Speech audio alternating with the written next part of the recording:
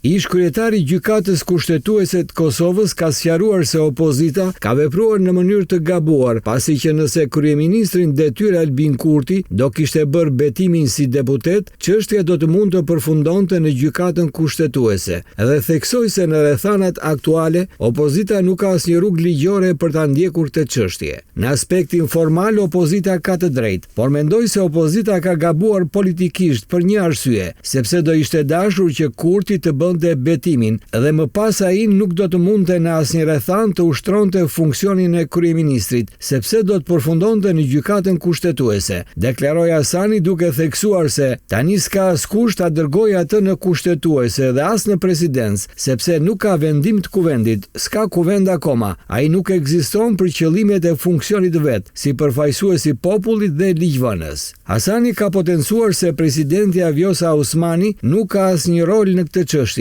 dhe se rrugdalja e vetme është që të arrihet një marrëveshje politike, që do të thotë dorëheqje kryeministrit dhe atyre që janë në poste ekzekutive. Hasani shtoi gjithashtu se në momentin që bën betimin për deputet, askush nuk mund të shkojë në zyrën e kryeministrit, sepse është jo kushtetuese dhe është absurde.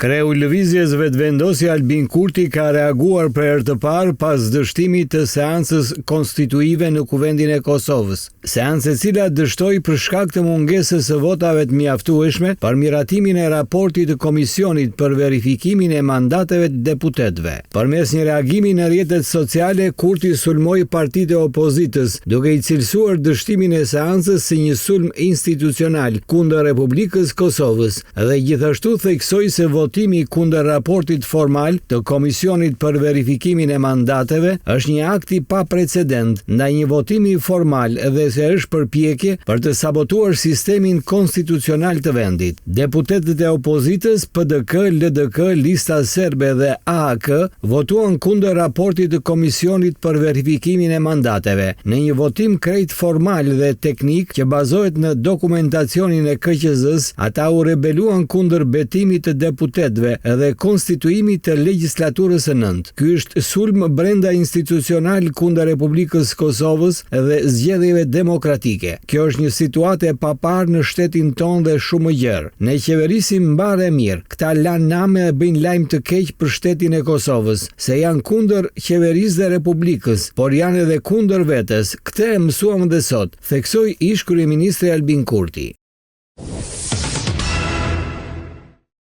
Kreu i Aleancës për Ardhmërinë e Kosovës, Ramush Haradinaj, ka reaguar pas dështimit të konstituimit të kuvendit, duke akuzuar Albin Kurtin për bllokimin e procesit. Konstituimin e kuvendit e bllokoi vetë Albin Kurti. Ligji dhe kushtetuta e Kosovës nuk lejojnë që të mbash edhe postin e kryeministrit apo të ministrit dhe të betohesh si deputet. Nuk mund të ulesh në dy karike njëkohësisht, ka deklaruar Haradinaj. Ai ka thënë gjithashtu se AAK nuk e ka votuar raportin e Komisionit për verifikimin e mandateve, pikërisht pasi është shkelur kushtetuta dhe se përgjegjësia për situatën bie lëvizjen vetëvendosje. Albin Kurti me ministrat e tij, nëse duan ta konstituojnë kuvendin, le të rriqen ose nga postet ministrore ose nga mandati i deputetit dhe të mos i fajsojnë të tjerët për gabimet e veta, theksoi Haradinaj. Nga ana tjetër, kryetari i Lidhjes Demokratike të Kosovës, Lumir Abdigjiku, ka kërkuar që kryeministrin detyrë Albin Kurti të jap dorëheqje nga posti i kryeministrit dhe të betohet si deputet, pasi vetëm në këtë mënyrë zhbllokohet konstituimi i kuvendit të Kosovës. I jep dorëheqjen zotëri, betohu si deputet dhe mjaft më me filma dhe kauza plot mllef, ka shkruar ai në platformën sociale Facebook.